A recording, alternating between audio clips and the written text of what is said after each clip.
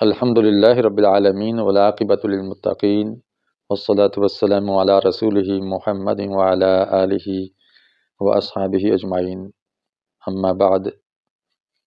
محترم سامعین و ناظرین، السلام علیکم ورحمۃ اللہ وبرکاتہ۔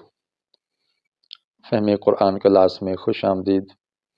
اللہ کے فضل اور اس کی توفیق سے آج ہم سورہ بقرہ کا رکوع نمبر 23 کا بقیہ حصہ سمجھنے کی کوشش کریں گے۔ اللہ سے دعا ہے کہ وہ اس کام کو آسان فرمائے اور قرآن کے ان دروس کو پایہ تکمیل تک بخیر و خوبی پہنچانے کی ہمت اور توفیق نصیب فرمائے اور اس پر عمل کرنے کی بھی توفیق عطا فرمائے۔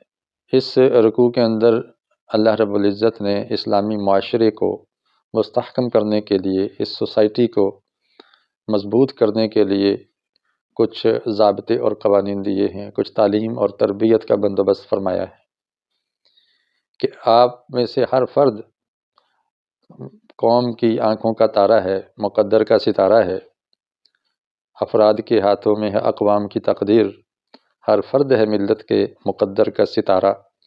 تو ہر فرد کو مضبوط اور مستحکم ہونا چاہیے، تب آپ کی سوسائٹی، آپ کا معاشرہ مضبوط ہوگا۔ اور اس کے کچھ فارمولے ہیں اور ان میں سے ایک ہے روزہ۔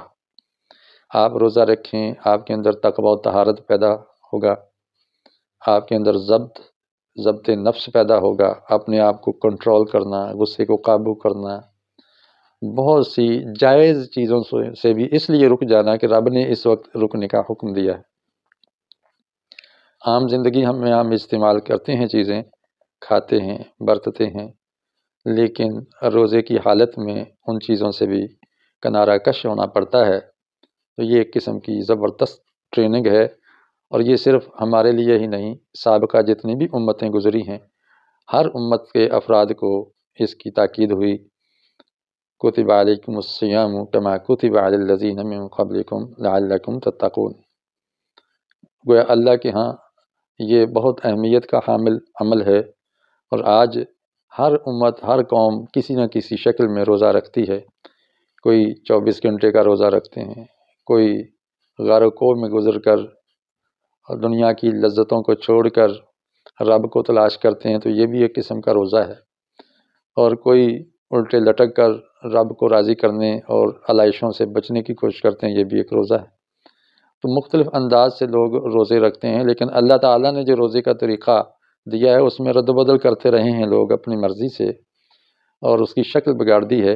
تو اللہ تعالیٰ نے اس کے اندر بتایا ہے کہ آپ روزہ کیسے رکھیں اس رکوع میں، اور اس روزے کی حالت میں آپ کن کن چیزوں سے بچیں۔ اب ہم قرآن کو لیتے ہیں۔ اعوذ باللہ من الشیطان الرجیم، بسم اللہ الرحمن الرحیم۔ احل لکم لیلۃ الصیام الرفث الی نسائکم، حلال کر دیا گیا ہے تمہارے لیے روزے کی رات میں اپنی عورتوں سے ملاقات کو۔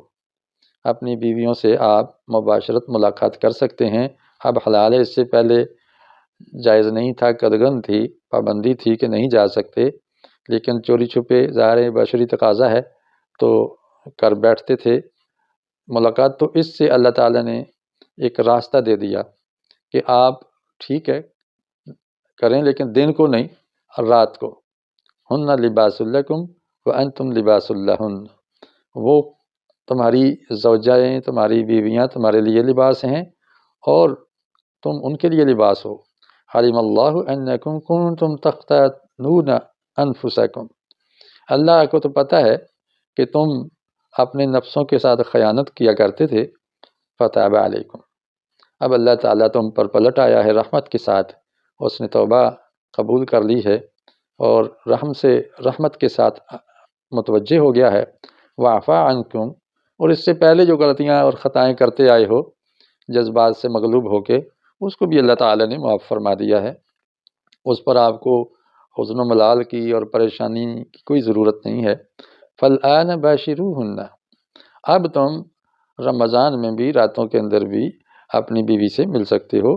وابتغوا ما کتب اللہ لکم، اور وہ کچھ تلاش کر سکتے ہو جو اللہ نے تمہارے لیے لکھ رکھا ہے۔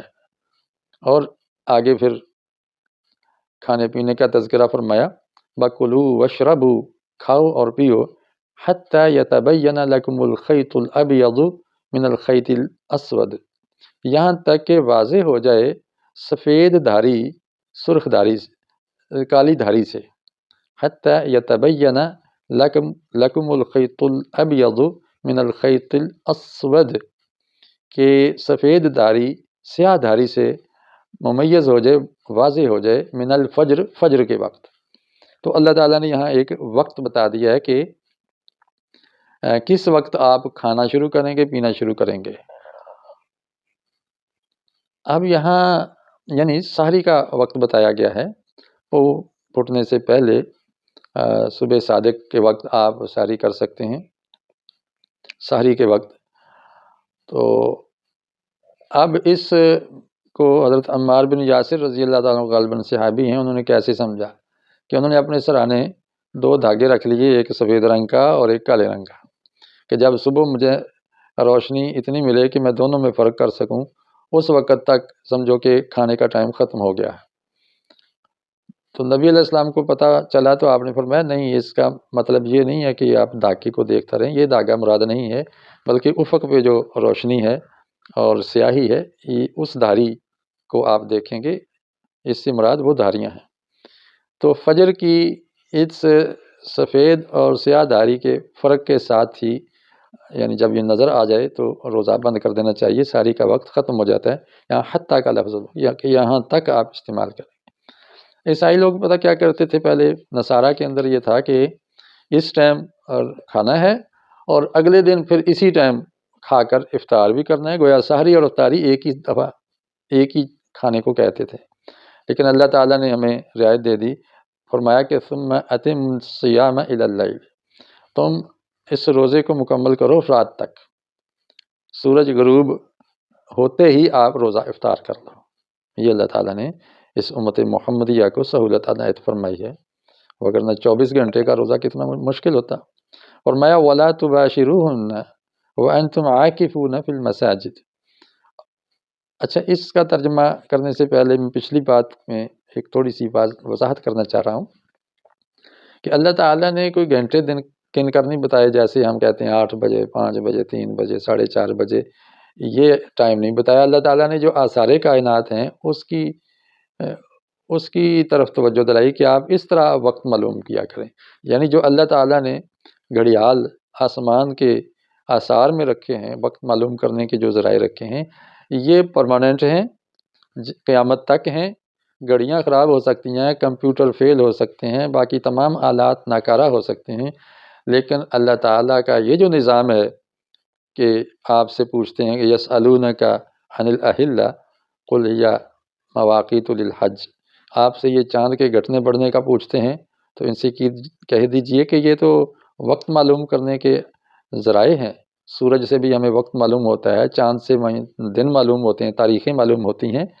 تو یہ اللہ تعالیٰ نے وقت معلوم کرنے کا جو ذریعہ دیا ہے، یہ بڑا پائیدار ہے، اور دنیا کے ہر خطے میں اس سے مدد لی جا سکتی ہے۔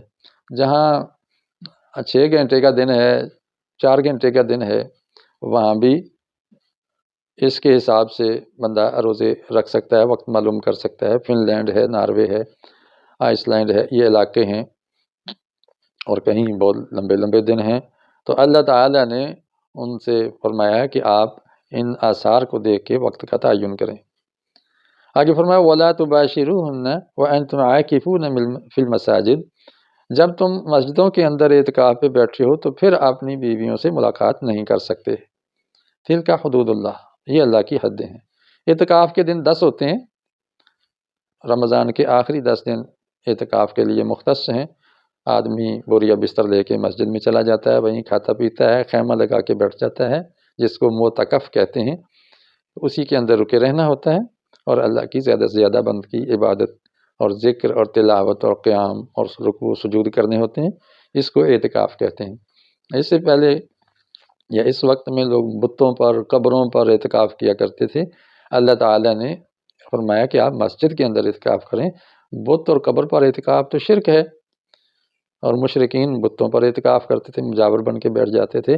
اللہ تعالیٰ نے دین اسلام میں یہ حسن رکھا ہے کہ دنیا میں جس انداز سے بھی روحانیت حاصل کی جاتی ہے ان ساری چیزوں کو اللہ تعالیٰ نے اسلام کے اندر تھوڑا تھوڑا رکھا ہے، تاکہ کسی بھی ملت سے، کسی بھی دین سے پلٹ کر جب دین اسلام میں لوگ داخل ہوں تو ان کو یہ تسکین مل جائے کہ یہاں روحانیت پروان چڑھانے کے لیے بہت کچھ سامان موجود ہے اور کافی اور شافی ہے، اور باقی چیزوں کو اللہ تعالیٰ نے رد کر دیا جس میں انسان مشکل میں پڑتا ہے۔ اللہ تعالیٰ نے فرمایا نا کہ یرید بکم الیسرا ولا یرید بکم العسرا، اللہ تعالیٰ تو تمہارے ساتھ آسانیاں چاہتا ہے، مشکل میں تمہیں نہیں ڈالنا چاہتا۔ اصل میں رب کا دین بہت آسان ہے، لوگ خود اس کو مشکل بنا لیتے ہیں۔ دیکھیے جو چیزیں اسلام کی مشکل لگتی ہیں وہ بھی ہمارے لیے مفید ہیں، اور وہ بعد میں آسان بھی ہو جاتی ہیں، کیونکہ اللہ کی خوشنودی کے لیے، اس کے ذوق اور شوق میں ہم یہ کام جب کرتے ہیں تو مشکلیں بھی آسان لگتی ہیں۔ فرمایا تلک حدود اللہ، یہ اللہ کی حدیں ہیں، فلا تقربوها، اس کے قریب مت جائیے۔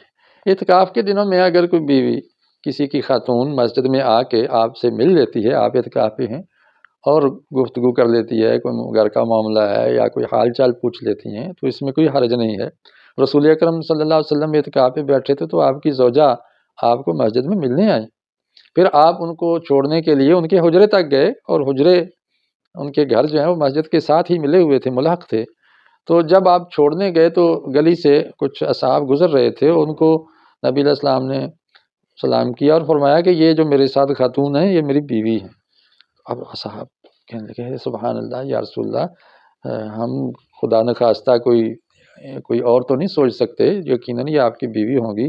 آپ نے فرمایا کہ نہیں، آدمی کے رگوں کے اندر شیطان ایسے دوڑتا ہے جیسے خون دوڑتا ہے، تو بدگمانی بھی پیدا ہو سکتی تھی کہ پتہ نہیں کس خاتون کے ساتھ اللہ کے رسول پھر رہے ہیں، تو اس لیے مجھے یہ کہنا ضروری ہے کہ یہ میری اہلیہ ہیں جو میرے ساتھ ملنے آئی تھیں، اور میں ان کو گھر تک پہنچا رہا ہوں۔ تو اعتکاف کے ایام میں اس قدر تو ملاقات ہو سکتی ہے۔ کذالک یبین اللہ آیاتہ للناس، اللہ تعالیٰ اسی طرح اپنی آیات کو بیان فرماتا ہے لوگوں کے لیے، لعلہم یتقون، تاکہ وہ پرہیزگار بنیں، بچ جائیں۔ فرمایا ولا تأکلوا اموالکم بینکم بالباطل، اب اسلامی معاشرے کو خوشگوار، خوشحال اور پرامن بنانے کا ایک اور فارمولہ اللہ تعالیٰ دے رہے ہیں کہ تم لوگوں کے مال کو آپس میں باطل طریقے سے نہ کھاؤ۔ باطل طریقے کیا ہیں؟ تجارت تو ایک جائز ہے، احل اللہ البیع وحرم الربا، اللہ تعالیٰ نے خرید و فروخت کو جائز قرار دیا ہے لیکن سود کو حرام قرار دیا ہے۔ چوری چکاری کو حرام کہا ہے، رشوت خوری کو، کرپشن اور خیانت کو حرام کہا ہے، یہ غلط طریقہ ہے۔ اور فتوے بیچنا اور اجرتیں لینا دین کی تعلیمات پہ، اور خیر اس قدر تو بعد میں اسلام نے، شریعت نے اجازت دے دی ہے کہ آپ اجرت لے سکتے ہیں، لیکن اپنی ضرورت کے حساب سے ہی، حسب توفیقی، لوگوں کی توفیق کے مطابق۔ لیکن جہاں تک کہ حق کو چھپا دیا جائے پیسے لے کے، گواہی کو چھپا دیا جائے، اللہ کے دلائل کو چھپا دیا جائے کہ بیان نہ کیا جائے، ایسے دلائل کے جو رکاوٹ بنتے ہیں سرمایہ داروں کے سامنے اور وڈیروں کے سامنے، نوابوں کے سامنے، جو رکاوٹ بنتے ہیں، ان آیات کو چھپا دیا جائے اور آسان چیزیں پیش کر دی جائیں، کامن چیزیں، اور اس کے بدلے میں صلہ لیا جائے، پیسے لیے جائیں، یہ بھی باطل طریقہ ہے مال کھانے کا۔ لیکن یہاں جو باطل طریقہ بتایا گیا وہ رشوت ہے، کہ آپ اپنے حاکم کو کچھ پیسے دے دیں، افسر کو کچھ پیسے دے دیں، اور نیچے پھر عوام کو لوٹیں، ان سے رشوت لیں، اور رشوت کا کچھ حصہ بالا جو افسر ہیں ان کو دے دیں۔ اس سے اللہ تعالیٰ نے منع فرمایا کہ وَلَا تَأْكُلُوا أَمْوَالَكُمْ بَيْنَكُمْ بِالْبَاطِلِ، کہ تم اپنے مال باطل طریقے سے مت کھاؤ۔ وَتُدْلُوا بِهَا إِلَى الْحُكَّامِ، کیا تم یہ حکام کو دیتے ہو، اور تم لوگ نہ تو آپس میں ایک دوسرے کے مال ناروا طریقہ سے کھاؤ، اور نہ حاکموں کے آگے ان کو اس غرض کے لیے پیش کرو لِتَأْكُلُوا فَرِيقًا مِّنْ أَمْوَالِ النَّاسِ بِالْإِثْمِ وَأَنْتُمْ تَعْلَمُونَ، کہ تمہیں دوسروں کے مال کا کوئی حصہ قصداً ظالمانہ طریقے سے کھانے کا موقع مل جائے۔ تو اسی لیے کہتے ہیں نا جی ہمیں اوپر بھی دینے ہوتے ہیں، اس لیے ہم مجبور ہیں رشوت لینے پہ، تو اس سے اللہ تعالیٰ نے منع فرمایا۔ یہ اللہ کی حد ہے، تلک حدود اللہ، یہ اللہ کی حد ہے، اس سے باز آ جاؤ، اس کو پھلانگو مت۔ حضرات یہ آج کا رکوع نمبر 23 مکمل ہوا۔ اس میں اللہ تعالیٰ نے ہمیں آج کی آیات میں جو ہدایات دی ہیں کہ آپ روزہ کب سے کب تک رکھیں گے، کب سحری کریں گے، کب افطار کریں گے، روزے کی حالت میں آپ اہل خانہ کے ساتھ کیسے ملیں گے، اعتکاف میں بیٹھنے کے کیا آداب ہیں، اور روزے کی حالت میں کن باتوں سے بچنا ہے، اور پھر ایک قانون اور دیا کہ آپ معاشرے میں رشوت کو ختم کریں، اس سے باز آ جائیں۔ اللہ سے دعا ہے کہ وہ ہمیں قرآن پر عمل کرنے کی توفیق عطا فرمائے۔ وآخر دعوانا ان الحمد للہ رب العالمین۔